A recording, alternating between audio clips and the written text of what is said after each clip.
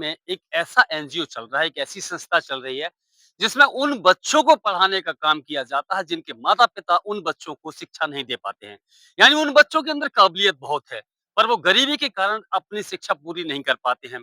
ऐसे बच्चों को पढ़ाने का काम एक संस्था करती है, सृजन एक सोच, ये संस्था है और इस संस्था के हम कुछ उच्च पदाधिकारियों से मिलवाते हैं। हमारे साथ मौजूद है रवि जी, जो हमारे बहुत पुराने मित्र भी हैं और इनकी काबिलियत, इनकी पढ़ाई के बारे में मैं जितना बताऊँ उतना ही कम है। इसी तरह रवि जी से ही बात कर लें। रवि जी, आपकी एक संस्था है सृजन एक सोच, इसका क्या उद्देश्य है और आज एक कार्यक्रम चल रहा है, इस कार्यक्रम में किन बच्चों को जो है पुरस्कार दिया जा रहा है? हाँ, नमस्कार देवेन जी। जी। तो इसमें जो ये जीटीएसई प्रोग्राम है, ग्रामीण टैलेंट सर्च एग्ज़ाम, इसमें हम जो इस तबके के बच्चे होते हैं, जो जिनके पेरेंट्स एजुकेशन नहीं दिला सकते हैं, बट बच्चे में ताकत है, दम है और बहुत अच्छा पढ़ने में है।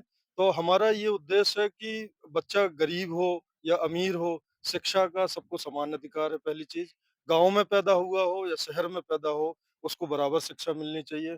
तो हम हर साल 10 बच्चे सेलेक्ट करते हैं। हमने 2022 में 10 बच्चे सेलेक्ट किए थे, 2023 में 13 बच्चे सेलेक्ट किए थे और आज 2024-25 का जो सेशन है, इसमें हमने 22 बच्चे, इनफैक्ट 23 बच्चे हम सेलेक्ट करने जा रहे हैं। ये जो प्रतिवर्ष आप बच्चे सिलेक्ट करते हैं, इनका पढ़ाई का कैसे क्या रहता है रूटीन? हाँ, इनका क्या रहता है, ये नॉर्मली कक्षा 5 तक गाँव के स्कूल में पढ़ते हैं और टैलेंटेड होते हैं क्योंकि हम एक पेपर कराते हैं, लगभग 1000 गाँव में हमने पेपर कराया। उसमें से जो इस क्षेत्र के 20 टैलेंटेड बच्चे हैं या इस साल जो हम 23 ले रहे हैं, उनको हम इंडस वैली स्कूल में एजुकेशन कराएँगे, सीबीएसई स्कूल में, प्लस क्वेस्ट फॉर एजुकेशन में उनका कोचिंग कराएँगे, प्लस जो सृजन की टीम है, वो उनको मेंटरशिप के लिए, क्योंकि प्रॉब्लम क्या होती है, जब बच्चा गाँव से शहर में आता है, तो पढ़ाई अकेला डिफरेंस नहीं होता, रहन-सहन, बोल-चाल, इसमें पूरी सृजन की टीम जो है, वो कार्य करती है बच्चों पर और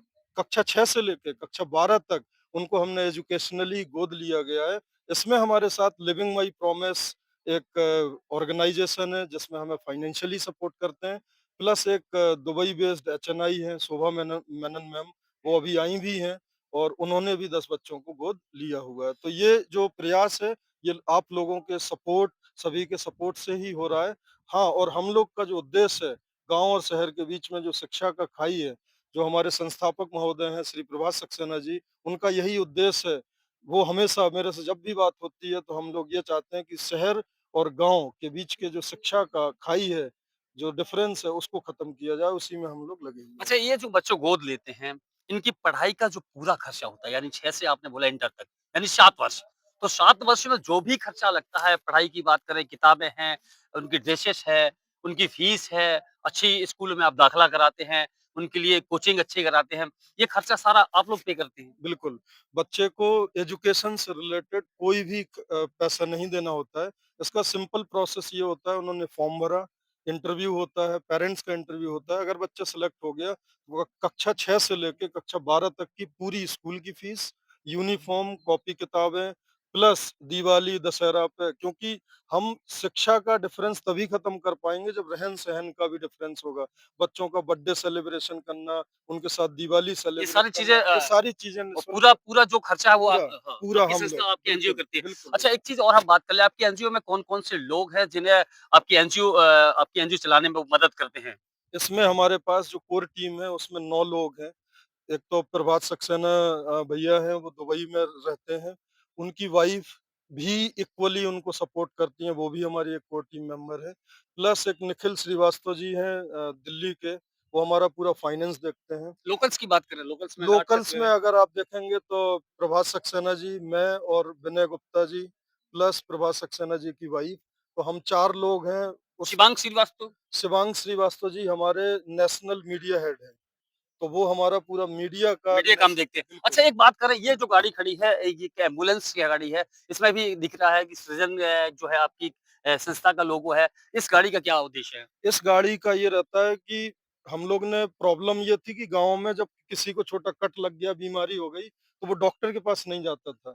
जो कि ऐसे केसेज़ हमारे पास असम में सामने आए थे। एक वॉलंटियर को गाय ने मार दिया था और वो चोट बन गई, दिखाया नहीं और 5 साल बाद वो कैंसर बन गया था। इसका उद्देश्य क्या है? इसका उद्देश्य ये है कि जब भी कोई भी बीमारी आए, उसको उसी स्टेज पे खत्म कर दिया जाए। जैसे आपको फीवर आया, तुरंत आपको यहाँ पे डॉक्टर रहता है, नर्स होती है, दवाएँ होती हैं, फ्री में जाके ये गाँव-गाँव में गाँव-गाँव जाती है गाड़ियाँ। बिल्कुल, एक गाँव-गाँव एक में दिन में जाके कितने गाँव कवर करती हैं? ये लगभग हम एक गाँव में एक दिन एक गाँव में जाते हैं और 50 पेशेंट को देखते हैं कितने लगभग। वर्षों से ये चल रही है? ये इसको 5वाँ साल है लगभग और ये क्विक हील करके एक कंपनी है एंटीवायरस की, उन्होंने हमें सीएसआर में ये गाड़ियाँ हमें दी थी और ऑपरेशन जो होता है डॉक्टर का, ये सारी चीज़ें हम लोग करते हैं सर्जन की तरफ। थैंक यू रवि भैया। ये बताया उन्होंने किस तरीके से उनकी संस्था है जो सृजन एक सोच जो बच्चों को पढ़ाने के साथ-साथ ये गाड़ी है एम्बुलेंस जो दिखाई दे रही है, ये उन्हें क्विक हेल्थ कंपनी के द्वारा मिली थी जो कि सपोर्ट कर रहे हैं और उनका यही उद्देश्य है कि बच्चे आगे पढ़ें, सफल सभी को इलाज म मिल सके। फिलहाल अभी के लिए इतना ही। कैमरा पर्सन अजय के साथ मैं देवेंद्र राजपूत, भारत ए टू ज़ेड न्यूज़, हमीरपुर।